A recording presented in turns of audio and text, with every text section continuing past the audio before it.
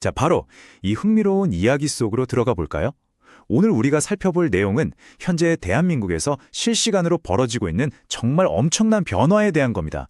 단순히 일시적인 유행이 바뀌는 게 아니라 AI 붐이 어떻게 우리 사회의 아주 단단했던 구조와 사람들의 인식을 말 그대로 물리적으로 확 뒤바꿔 놓고 있는지 기가 막히게 잘 보여주는 사례거든요. 여러분, 절대 깨지지 않을 것 같던 그 철벽 같은 사회적 규칙을 무너뜨리려면 대체 뭐가 필요할까요? 아시다시피 지난 20년 동안 최상위권 학생들에게 의대 진학은 그 누구도 의심하지 않는 절대적인 목표였잖아요. 그런데 영원할 것만 같던 그 철옹성이 지금 갑자기 산산조각 나고 있습니다. 첫 번째 파트, 의대 신화의 금이 가다 20년 트렌드의 역전입니다. 세계에서 가장 치열하다는 한국의 대학 입시, 판도가 대체 어떻게 순식간에 위아래가 싹 뒤집혔는지 여기서부터 시작해 보겠습니다.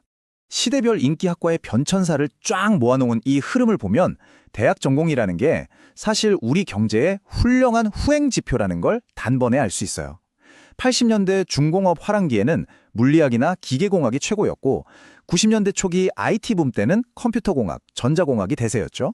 그러다가 2000년대부터 최근까지는 높은 연봉에 정년까지 든든하게 보장되는 이른바 흰 가운의 시대, 즉 의학학 계열 열풍이 온 나라를 휩쓸었습니다.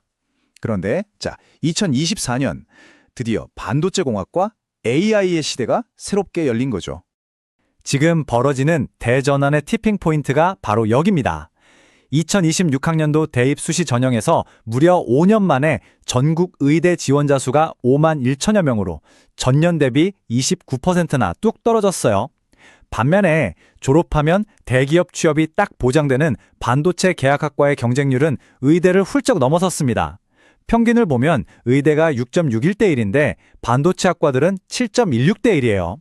특히 한양대 반도체공학과는 11.8대 1, 서강대 시스템 반도체 공학과는 9대 1.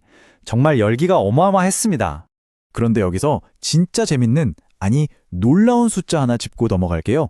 바로 1.2입니다. 내신 1.2등급. 이게 연세대 시스템 반도체 공학과 수시 합격선이거든요. 전국 의대 수시 평균 합격선이 1.41등급인데 세상에 반도체학과 합격컷이 의대보다 더 높아진 거예요. 초상위권 학생들의 시선이 그 병원의 흰 가운에서 첨단 산업의 반도체 웨이퍼로 완벽하게 옮겨갔다는 부인할 수 없는 증거인 셈이죠. 두 번째 파트, 1억 원의 촉매제 AI 붐의 엄청난 보상입니다. 그럼 도대체 왜, 무엇이 블랙홀처럼 의대로만 빨려 들어가던 그 최고급 두뇌들을 첨단 기술 연구소로 싹 발길을 돌리게 만든 걸까요? 그 기폭제는 바로 이겁니다. SK하이닉스가 AI 시대 주도권을 확 쥐면서 터트린 어마어마한 성과급, 무려 1억 원이었어요. 기본 평균 연봉 1억 원에다가 영업이익의 10%를 직원들한테 돌려주겠다고 하면서 최대 1억 원에 달하는 파격적인 보상을 안겨준 거죠.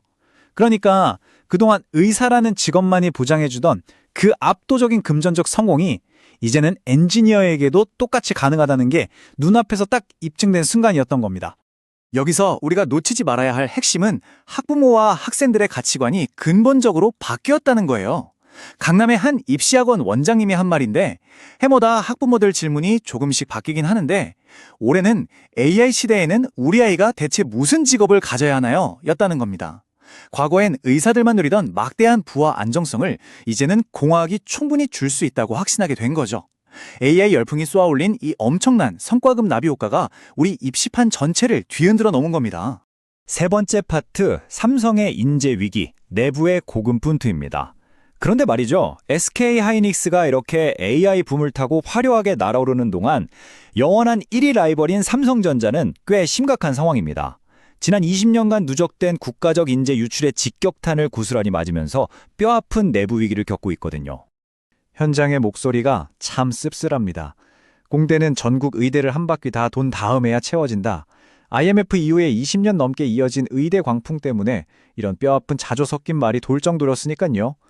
우수한 인재들은 다 빠져나가고 결국 삼성 같은 거대 제조 기업은 혁신을 이끌어갈 최고급 엘리트 엔지니어들의 만성적인 가뭄에 시달리게 된 겁니다.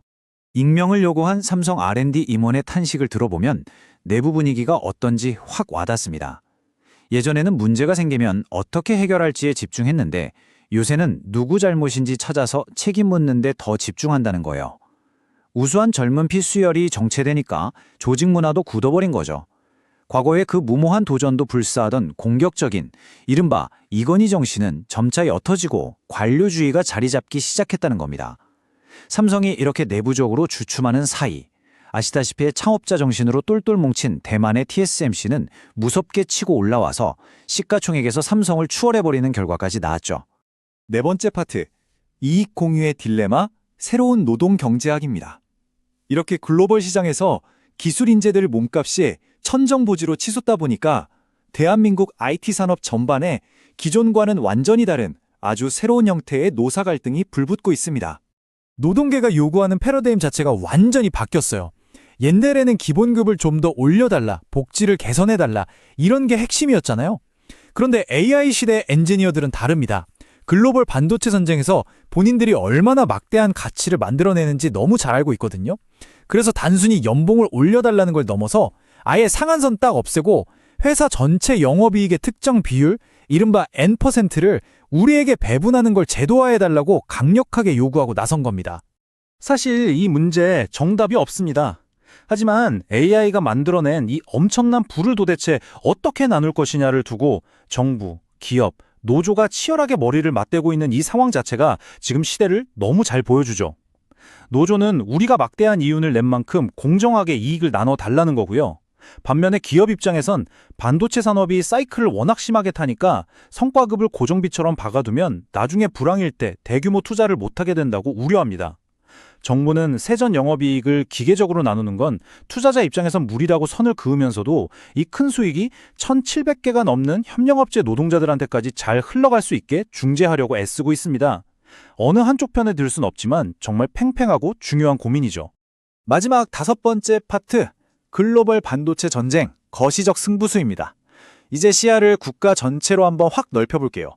왜냐하면 이 인재 유치전이나 성과급 논란이 단순히 기업들끼리 돈 얼마 주냐 마냐 하는 문제가 아니거든요. 이건 대한민국이라는 국가 전체의 명운, 말 그대로 생존이 걸린 문제입니다. 수치로 보면 느낌이 확 오실 겁니다. 대한민국의 전체 수출에서 반도체 딱 단일 품목 하나가 차지하는 비중이 무려 31.2%에 달해요. 우리 경제가 고도의 기술력에 얼마나 절대적으로 목을 매고 있는지 명확하게 보여주는 거죠. 여기서 밀리면 국가 경제의 심장박동이 멈추는 거나 다름없습니다. 그런데 정말 등골이 서늘해지는 건 바로 옆 나라 중국의 움직임입니다. 중국 정부가 막대한 돈과 사람을 갈아 넣으면서 한국 인재들을 모조리 빨아들이려고 하고 있거든요. 불과 3년 안에 500만 명의 고숙련 노동자와 1만 5천 명의 최고급 전문가를 키워내겠다는 무시무시한 계획을 밀어붙이고 있습니다. 돈의 규모도 상상을 초월해요. 국가 차원에서 이미 64조 원 규모의 펀드를 만들었고 앞으로 105조 원을 더 쏟아붓겠대요. 게다가 세계 최고의 테크 기업에서 날아다니던 230 밀레니얼 세대 천재들을 중국 주요 기업의 최고 과학자 자리에 떡하니 앉히면서 파격적인 세대 교체까지 하고 있습니다. 정말 무서운 속도죠? 여러분, 인공지능 시대는 인재의 가치를 우리가 상상했던 것 이상으로 완전히 새롭게 정의하고 있습니다. 한 고등학생이 대학 지원서에 의대 대신 공대를 적어넣는 그 작고 개인적인 선택이 모여서 이제는 수백조 원이 오가는 거대한 지정학적 반도체 패권 전쟁으로 이어지고 있죠. 과연 전 세계에서 가장 뛰어난 이 두뇌들을 차지하기 위한 궁극의 쟁탈전에서 최종 승자는 누가 될까요? 이 질문에 대한 해답이 곧 우리의 미래 경제 지도를 송두리째 바꿔놓을 겁니다. 오늘 준비한 분석 자료는 여기까지입니다. 기술이 세상을 어떻게 물리적으로 뒤바꾸는지 다들 확실하게 체감하셨길 바랍니다.